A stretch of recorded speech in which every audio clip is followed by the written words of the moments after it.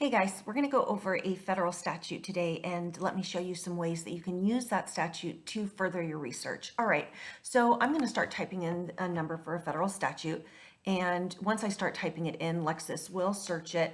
I actually selected this right off the word wheel the first time I ran it, and when I click search, Lexis will go ahead and pull that statute right up for me. So now I'm looking at 42 USC 2000E-2, and I want section A1.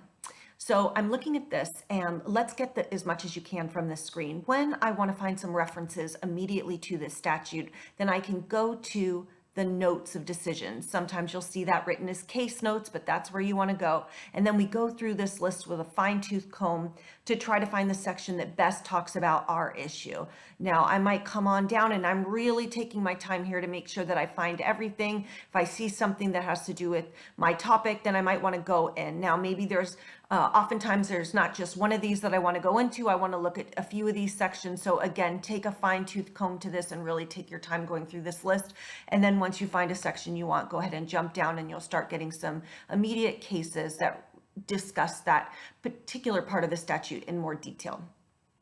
Another thing I can do once I'm here is to hit the About This Document button, and I'm looking for related content. So once I hit Find References to this code, it's going to bring me back to the beginning, and I can narrow down now to find secondary materials. And we always encourage you to go straight to treatises first, so category treatises. And now if I want to, I can narrow down further by a jurisdiction, and that will help me find particular treatises in a particular jurisdiction. Just remember, sometimes our materials are non-jurisdictional and they can be really helpful, so you want to toggle back and forth between adding a jurisdiction and taking that jurisdiction off, making sure you're getting everything you need from secondary materials. Okay, I'm going to go back into the statute now, so I'm just hitting my back browser.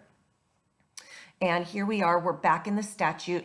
And another thing you can do is shepherdize this statute. So once I do that, I can actually find everything that's ever cited this statute. This is a really helpful list of resources at my fingertips. And I was interested in subsections A1. So I can actually come in through subsection reports now and narrow down until I find what I'm looking for. So there's my statute, and I come on down because I'm looking through this to try to find A1, and that's not listed here on the page. So I'm going to go on to the next page, and I just keep looking, and there's A's, but different references to them. And here's A1, and then it's with an et sec. So I might want to look at that, but it looks like this is the one that actually has a whole lot of resources there, 23,000 sites. So that's what I'm going to open up.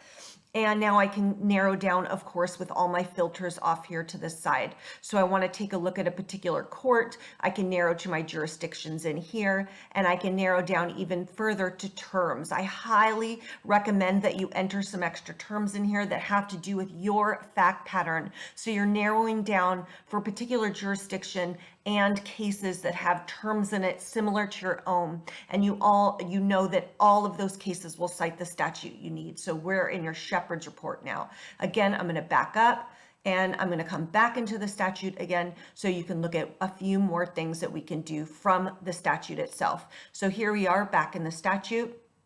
And one of the things that you can also do, other than finding your notes of decisions and shepherdizing that statute, is finding those agency materials. So I'm sorry, I went back into the Shepherd's report this time, and this time I'm going to do the subsection. Sorry about that. One more time. And I think what we wanted was on the end of this page. So here we go.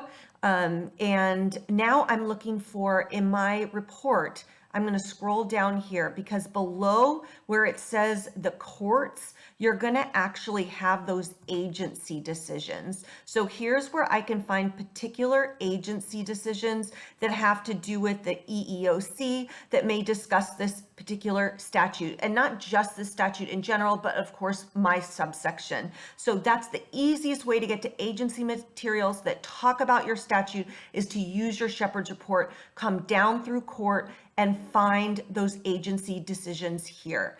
So another thing I can do is actually go to other citing sources. And when I come here, now I can find regulations that cite my statute. So if I come on down in other citing sources, so these are secondary materials that talk about my statute and regulations. Here they are, and here's where I can find CFRs or other regulations that talk about this statute and in particular this subsection of the statute. So a really fast way to find the right CFR that talks about it. Now, several of these may talk about it, so once I'm here, I can come on in. When I find this when I find the regulation that I'm interested in, I can come on in and start reading that regulation.